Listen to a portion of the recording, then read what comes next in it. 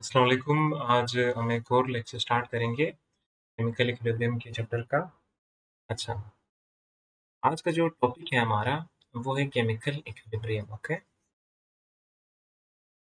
अच्छा,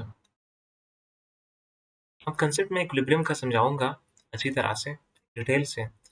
और reversible reactions and dynamic equilibrium topic है हमारा। रिवर्सिबल रिएक्शन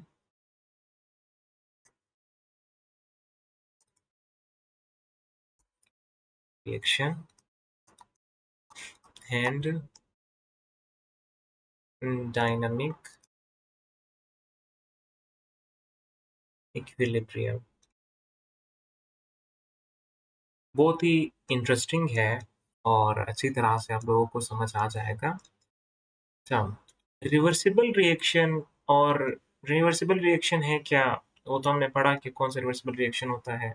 और डायनामिक इक्विलिब्रियम क्या है, इसको हम अच्छी तरह से अब कल हमने थोड़ी ब्रीफ एक्सप्लेनेशन की, लेकिन आज हम अच्छी तरह से इसको डिटेल से समझेंगे। अच्छा, पहले तो आप क्या करें, केमिकल इक्विलिब्रियम की डेफिनेशन लिखे। Okay, chemical equilibrium, chemical equilibrium.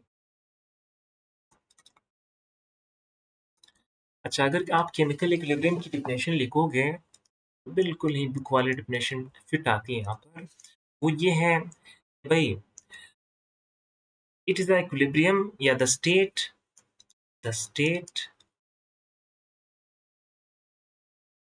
In which the rates of forward and reverse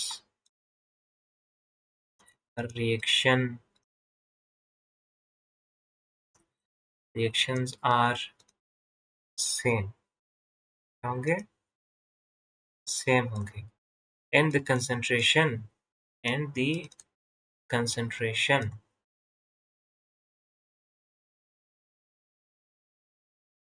of reactants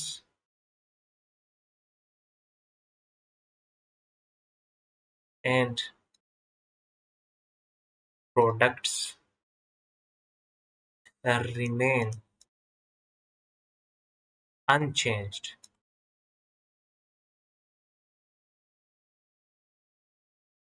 is called chemical equilibrium। समझाऊंगा बिल्कुल इस डेफिनेशन को अच्छी तरह से समझेंगे, छोड़ेंगे नहीं इसको। ओके, पहले जो केमिकल इक्विलिब्रियम है वो दो टाइप के हो सकते हैं, एक होता है फिजिकल और एक होता है केमिकल। अच्छा, फिजिकल इक्विलिब्रियम कौन सा इक्विलिब्रियम होता है? जो दो पेजेस के बीच में क्या हो, इक्विलिब्रियम हो। दो पेजेस के बीच में क्या हो, एक इक्विलिब्रियम हो, उसको हम क्या बोलते हैं? फिजिकल इक्विलिब्रियम बोलते हैं। उसको हम क्या बोलते हैं? फिजिकल इक्विलिब्रियम बोलते हैं। तो इधर लिख ले, केमिकल इक्विलिब्रियम दो टाइप का हो सकता है। केमिकल इक्विलिब्रियम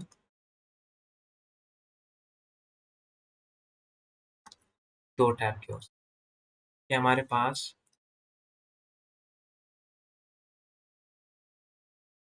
फिजिकल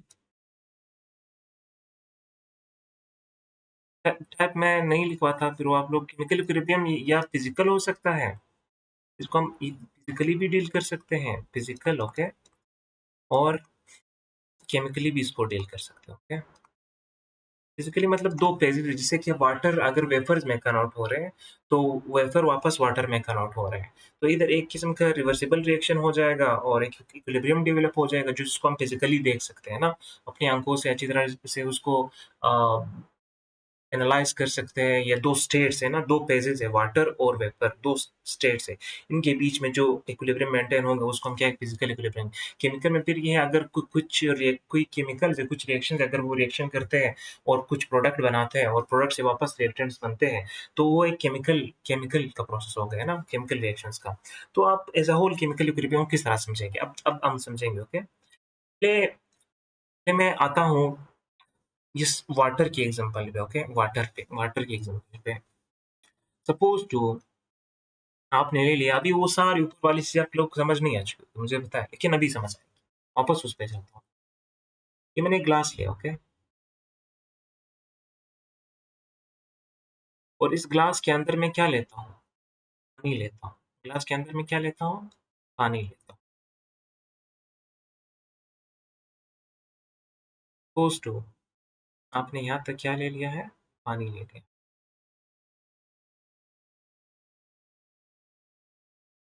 इस ग्लास में, ओके?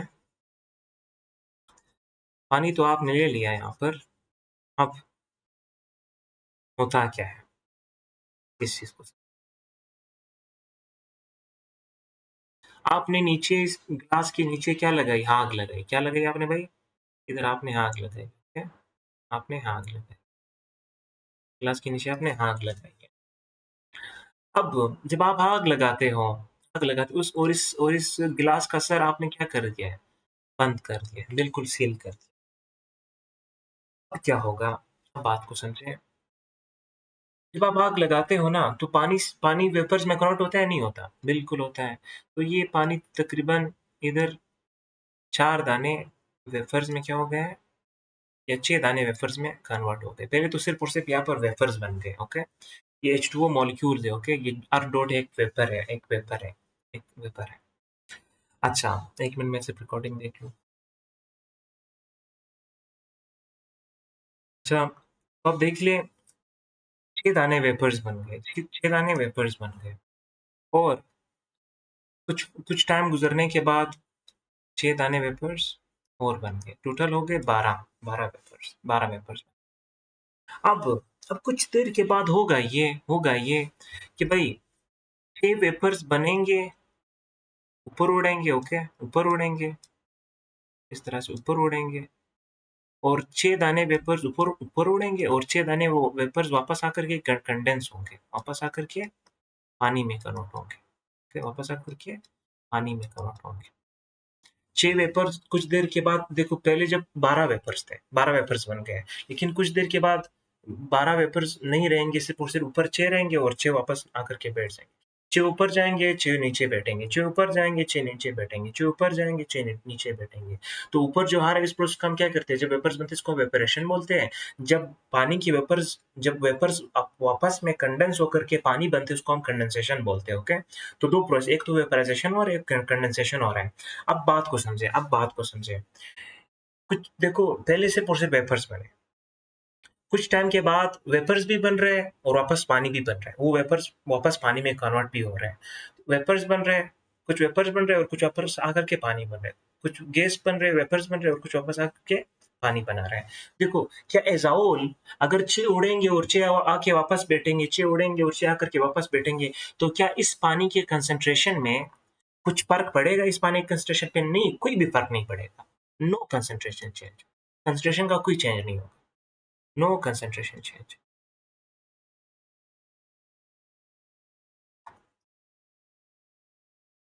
चेंज। अच्छा, एक तो कंसंट्रेशन का कोई चेंज नहीं हो रहा, क्योंकि पानी का मिकदार बिल्कुल उसी तरह से क्योंकि अगर चियोड़ रहे, तो चे वापस बैठ रहे, चियोड़ रहे, चे वापस बैठ रहे, तो पानी की मिकदार पे कोई भी असर नहीं होगा। अच्छा, जब आप लोग वो कुकर जो है ना बंद करते हो ना, उसमें तो फिर भी सीटी होती है जिससे वेपर्स निकलते हैं। अगर आप कुकर को बिल्कुल सील करें और फिर देख लें और फिर उसको ईट दे दें, अगर आप 10 मिनट बाद जाओगे, अगर कुकर देखोगे तो बिल्कुल पानी का कंसंट्रेशन उतना ही रहेगा, कुछ चेंज नहीं होगा। अगर आप सीटी खोलोगे तो कुछ देर बाद आप जब आओगे, तो कुकर में से पानी कम होगा क्योंकि वो वेपर्स उड़ गए सारे, वापस पानी वो वापस नहीं बैठे, वापस वो वेपर वापस एक-दूसरे के साथ जुड़ करके कंडेंस होकर पानी नहीं बने, तो इसी वजह से वो पानी कम होता है। अगर बिल्कुल आप सील कर दें कुकर को तो फिर ये बनेगा और जब आप कुकर का सर उठाते हो तो आप देखते हो कि कुकर के सर पर भी पानी होता है। वो पानी किधर होता है भई? वो वेपर्स थे जो कि इधर टकराए थे कुकर के सर से और उधर पानी पानी बन गए थे। उधर क्या बन गए थे? पानी बन गए थे। तो ये चीज़ आप लोगों ने क्या करनी है? समझनी है। और दूसरी बात, देखो 6 वेपर्स उड़ रहे हैं और 6 वेपर्स आपस आकर के पानी में कन्वर्ट हो रहे हैं। 6 वेपर्स उड़ रहे हैं और 6 वेपर्स वापस आकर करके पानी में कन्वर्ट हो रहे हैं। क्या इनका स्पीड इक्वल होता है? बिल्कुल, स्पीड भी इक्वल होता है। रेट भी इक्वल होता है। रेट भी क्या होता है? इक्वल होता है। अगर 6 उड़ रहे हैं और 6 वापस बैठ रहे हैं। रेट मतलब इनका स्पीड पानी में और वेपर्स में कन्वर्ट होने का स्पीड, ओके? रेट भी क्या है? इक्वल है। तो 2 चीज़ें हैं, एक कंसंट्रेशन और एक रेट, ये दोनों क्या है? इक्वल यहाँ पर आ रहे हैं। ये चीज़ आप लोगों ने समझ ली। अगर मैं इधर एक वो ड्रॉ करूँ, एक इक्वेशन ड्रॉ करूँ, देखो मेरे पास लिक्विड था। लिक्विड क्या था मेरे पास? वाटर था। लिक्विड मेरे पास क्या था? इधर नीचे करता हूँ, उधर कैमरा है। मेरे पास लिक्विड था, ओके? लिक्विड क्या था? पानी था, वाटर। अच्छा, ये वाटर किस चीज़ में कन्वर्ट हो गया था भाई? ये वाटर कन्वर्ट हो गया था वेपर्स में। किस चीज़ में? वेपर्स में। ओके? वेपर्स क्या है? स्टीम है, गैस है, ओके? स्टीम। अच्छा, इस प्रोसेस को हम क्या बोलते हैं? जब वेपर्स स्टीम में कन्वर्ट होते बोलते हैं जब वाटर वेपर में कन्वर्ट होते हैं उसको हम बोलते हैं वेपराइजेशन, ओके? इवेपोरेशन। इस प्रोसेस को हम क्या बोलते हैं? इवेपोरेशन बोलते हैं। इवेपोरेशन बोलते हैं इस प्रोसेस को। और जब वापस वेपर पानी में कन्वर्ट होते हैं, जब वापस वेपर एक दूसरे के साथ जुड़ करके H2 के मॉलिक्यूल एक दूसरे के साथ जुड़ करके वापस पानी बनाते हैं, तो इस प्रोसेस को हम क्या बोलते हैं? देखो ये ऊपर जाकर के क्या बना रहे थे? ऊपर जाकर के वेपर्स बना रहे थे और जब ये वापस आकर के बैठते हैं, ओके? वो वेपर के मॉलिक्यूल, तो इस प्रोसेस को हम क्या बोलते हैं? कंडेंसेशन बोलते हैं। कंडेंसेशन बोलते हैं। अब देखो ये रिएक्शन रिवर्सिबल है या नहीं है? बिल्कुल, ये भी एक रिएक्शन है लेकिन फिजिकल रिएक्शन है, ओके? फिजिकल केमिकल इक्विलिब्रियम की मैंने क्या दे दी आप लोग? एग्जांपल दे दी। तो ये भी एक रिएक्शन है लेकिन देखो फॉरवर्ड में भी रिएक्शन जा रहा है और रिवर्स में भी रिएक्शन जा रहा है, तो एक रिवर्सिबल रिएक्शन है। कौन-सा रिएक्शन है? रिवर्सिबल रिएक्शन है। और दूसरी बात ये है कि यहाँ पर के कंसंट्रेशन भी चेंज नहीं हो रही, कंसंट्रेशन भी चेंज नहीं हो रही। अच्छा, एक और चीज़ जो मैं अभी समझाना चाहता हूँ वो ये है, वो टाइम देखो पहले सिर्फ और सिर्फ 12 वेपर्स क्या हो गए? बन गए थे, 12 वेपर्स बन गए थे। लेकिन कुछ देर बाद, कुछ टाइम के बाद क्या हो गया? कुछ वेपर्स आकर के बैठ रहे थे और कुछ वेपर्स आकर के उड़ रहे थे। कुछ वेपर्स आकर के बैठ रहे थे, कुछ उड़ रहे थे। 6 बैठ रहे थे, 6 उड़ रहे थे, 6 बैठ रहे थे, 6 उड़ रहे थे। इस स्टेट को हम क्या बोलते हैं? इस स्टेट को हम बोलते हैं इक्विलिब्रियम स्टेट, बैलेंस का स्टेट है। बैलेंस है नहीं है कि भाई 6 उड़ रहे हैं, 6 वापस भी बैठ रहे हैं, 6 उड़ रहे हैं, 6 वापस भी बैठ रहे हैं। तो एक बैलेंस बन गया। तो इस बैलेंस को हम क्या बोलते हैं? केमिकल इक्विलिब्रियम बोलते हैं। और केमिकल इक्विलिब्रियम में कौन सा इक्विलिब्रियम था? फिजिकल केमिकल इक्विलिब्रियम था। कौन सा भाई? Physical chemical physical chemical equilibrium. अभी मैं उस डेफिनेशन पे अभी भी नहीं जाऊंगा। अब एक और चीज समझे। अब एक और रिएक्शन है, ओके? सपोज टू हमारे पास इधर इधर मैंने लिया है कार्बन मोनोऑक्साइड। कार्बन मोनोऑक्साइड जब H2O के साथ रिएक्शन करता है तो हमारे पास क्या बनता है? तो हमारे पास बनता है कार्बन डाइऑक्साइड और एक हाइड्रोजन गैस बनता है। अच्छा, ये रिएक्शन सिर्फ फॉरवर्ड में नहीं जाता, ये रिवर्स में भी आ सकता है इस तरह से, ओके? ये रिवर्स में भी ये रिएक्शन इस तरह से आ सकता है।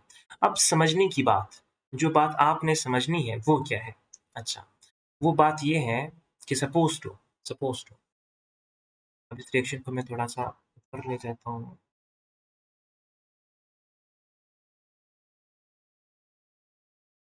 तो थोड़ा ऊपर ले जाता हूँ। सपोज टू अब टाइम वगैरह सबको सेट करते हैं, टाइम सब कुछ को सेट करके मैं अभी समझाता हूँ कि किस तरह से ये रिएक्शन होता है। अच्छा, सपोज टू मेरे पास टाइम है 0, time is equal to 0, 0 second है, रिएक्शन बिल्कुल स्टार्ट नहीं हुआ, रिएक्शन बिल्कुल स्टार्ट नहीं हुआ। जब रिएक्शन स्टार्ट नहीं होता तो सपोज इधर मेरे पास 10 मोल में है, 10 मोल, 10 मोल, 10 मोल मेरे पास CO है, कार्बन मोनोऑक्साइड है और 10 मोल मेरे पास H2O है। 10 मोल ये कंसंट्रेशन की अगर हम बात करूँ तो 10 मोल पर डेसीमीटर क्यूब, ओके? पर डेसीमीटर क्यूब ये मेरे पास H2O है। और 0 टाइम पर जब रिएक्शन स्टार्ट नहीं होता ये तो इनकी कंसंट्रेशन क्या होती है? 0-0 होती है। ना कार्बन डाइऑक्साइड बना होता है, ना हाइड्रोजन गैस बना होता है, 0-0 कंसंट्रेशन है। अच्छा, जब टाइम को आप 5 सेकंड बढ़ा दो, उस टाइम अब मेरे पास है 5 second, okay? 5 second. Time 5 second बाद क्या होता है? 5 सेकंड बाद ये कार्बन मोनोऑक्साइड और H2O एक दूसरे के साथ रिएक्शन स्टार्ट कर देते हैं। तो इनकी कंसंट्रेशन कितनी हो जाती है? 7 मोल पर डीएम क्यूब, ओके? और इसकी कितनी हो जाती है? इसकी भी 7 मोल। H2O की भी देखो ये H2O और CO की मैं कंसंट्रेशन लिख रहा हूँ, मोल पर डीएम क्यूब। अच्छा, जब ये कार्बन मोनोऑक्साइड H2O से एक दूसरे के साथ रिएक्शन करते हैं, देखो इसकी तादाद कम होगी, यानी पहले 10 मोल थी, अभी 7 हो गई, तो और तादाद किधर गई? और तादाद इधर आ गई, ओके? और इसकी थोड़ी तादाद एक दूसरे के साथ रिएक्शन करके क्या बना? कार्बन डाइऑक्साइड और H2 बना दी इन्होंने। तो इधर अभी तादाद होगी, पहले 0 थी, लेकिन अभी थोड़ी देखो 3 मोल 3 मोल 3 मोल इसकी हो जाएगी, 3 मोल पर डीएम क्यूब, ओके? और इसकी भी 3 मोल पर डीएम क्यूब। देखो ये 7, ये 10 से 7 हो गया, 7 और 3 किधर चला गया? भाई 3 इस प्रोडक्ट्स में कन्वर्ट हो गया, इस प्रोडक्ट्स को बनाने में वो मोल इधर जो है इसके लग गए, ओके? 3-3 मोल इधर बन गए। अच्छा, जब टाइम क्या हो जाए? जब टाइम हमारे पास 10 सेकंड हो जाए, 10 सेकंड, ओके? जब टाइम हमारे पास 5 सेकंड और बढ़ा दिया मैंने, टाइम 10 सेकंड कर दिया, तो फिर क्या कंसंट्रेशन होती है? इधर कंसंट्रेशन हो जाएगी 5 मोल पर डीएम क्यूब, और इधर कंसंट्रेशन हो जाएगी 5 मोल पर डीएम क्यूब। अच्छा, और इधर कंसंट्रेशन कितनी हो जाएगी? इधर भी 5 मोल पर डीएम क्यूब, और इधर भी कंसंट्रेशन कितनी हो जाएगी? 5 मोल पर डीएम क्यूब, ओके? पर डीएम क्यूब। अच्छा, जब टाइम थोड़ा और गुजर जाए, उस टाइम 5 सेकंड और बढ़ा लें, 15 सेकंड मैंने कर दिया। अब कितनी कंसंट्रेशन इसकी रह जाएगी? इधर सपोज टू 4 मोल पर डीएम क्यूब, ओके? और इधर भी 4 मोल पर डीएम क्यूब, और इधर भी कितनी? और इधर देखो 4 मोल अगर आ गई तो 10 मोल थे ना, ये 10 मोल थे पहले, ये 10 मोल थे या नहीं थे? 10 मोल, ओके? 10 मोल, 10 मोल। अब जो है ये 10 मोल से अगर 4-4 इधर हो गए तो 6 बच गए ना, तो 6 मोल पर डीएम क्यूब इधर बच गए, इधर आ गए, और 6 मोल पर डीएम क्यूब। अब टाइम मैं थोड़ा और बढ़ाता हूँ, 5 सॉरी अभी सेकंड में और बढ़ाता हूँ, तो सपोज टू 20 सेकंड हो गए ना, 20 सेकंड। 20 सेकंड के बाद जब आप देखोगे, 20 सेकंड के बाद जब आप देखोगे, फिर भी ये 4 मोल पर डीएम क्यूब रहेगा। अब कंसंट्रेशन चेंज नहीं हो रही, देखो कंसंट्रेशन कांस्टेंट हो रही है, पर डीएम क्यूब। इधर भी 5 मोल पर डीएम क्यूब, और इधर भी 6 मोल पर डीएम क्यूब, और इधर भी 6 मोल पर डीएम क्यूब, ओके? और जब आप टाइम थोड़ा और बढ़ाओगे, 25 सेकंड कर दोगे, 25 सेकंड के बाद भी आपको यही देखने को मिलेगा, कि 4 मोल पर डीएम क्यूब इधर रहेगा, ओके? और इधर भी 4 मोल पर डीएम क्यूब रहेगा, कंसंट्रेशन में चेंज नहीं हो रही। इधर 6 मोल पर डीएम क्यूब, ओके? और इधर 6 मोल पर 6 मोल पर डीएम क्यूब, ओके? एक चीज़ आप लोगों ने नोट किया नहीं की, देखो कंसंट्रेशन यहाँ पर भी चेंज, यहाँ पर भी बिल्कुल कांस्टेंट, इधर भी कांस्टेंट, इधर भी कांस्टेंट, इधर कंसंट्रेशन यहाँ पर चेंज, लेकिन ऊपर चेंज हो रही थी। 10 सेकंड तक ये कंसंट्रेशन चेंज हो रही थी, लेकिन कुछ देर बाद क्या हो गया? इक्विलिब्रियम डेवलप हो गया। क्या डेवलप हो गया? इक्विलिब्रियम डेवलप हो गया। अगर 2 दाने इधर कार्बन मोनोऑक्साइड और H2O रिएक्शन करके कार्बन डाइऑक्साइड बना रहे हैं, तो उधर से अब देखो ये जो मैंने इसमें लिख रहा हूँ, येलो में लिख रहा हूँ, इसका मतलब क्या है कि अगर सपोज टू 2 दाने मॉलिक्यूल कार्बन मोनोऑक्साइड और 2 दाने मॉलिक्यूल H2O, 2 दाने कार्बन डाइऑक्साइड और 2 दाने हाइड्रोजन गैस बना रहे हैं, तो उधर से रिवर्स में भी रिएक्शन आ रहे हैं। ये लोग भी क्या कर रहे हैं? कार्बन डाइऑक्साइड और H2O, ये दोनों भी क्या कर रहे हैं? ये दोनों भी 2 दाने एक दूसरे के साथ रिएक्शन करके कार्बन मोनोऑक्साइड और H2O बना रहे हैं। तो एज़ अ होल 2 जो है ना, इधर से बन रहे हैं, 2 इधर से फॉरवर्ड में बन रहे हैं, 2 रिवर्स में बन रहे हैं, 2 फॉरवर्ड में, 2 रिवर्स में। तो एज़ अ होल कंसंट्रेशन में बिल्कुल चेंज नहीं आ रहा है, लेकिन रिएक्शन हो रहा है, रिएक्शन फिर भी हो रहा है, लेकिन कंसंट्रेशन में चेंज नहीं आ रहा। जिस तरह से पानी की कंसंट्रेशन में चेंज नहीं आ रहा था कि भाई 6 उड़ रहे थे, 6 वापस बैठ रहे थे, 6 उड़ रहे थे, 6 वापस बैठ रहे थे, 6 उड़ रहे थे, 6 वापस बैठ रहे थे।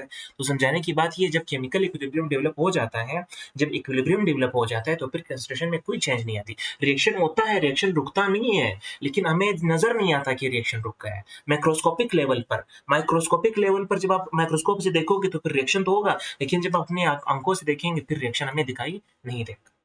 अच्छा, इसको मैक्रोस्कोपिक को समझाने के लिए मैं अभी एक और क्या कर देता हूँ आप लोगों के लिए, एक और उससे समझाता हूँ कि किस तरह से। उस डिफिनेशन पे आएंगे। सपोज टू आपने एक फ्लास्क लिया है, ओके? आपने एक फ्लास्क लिया है।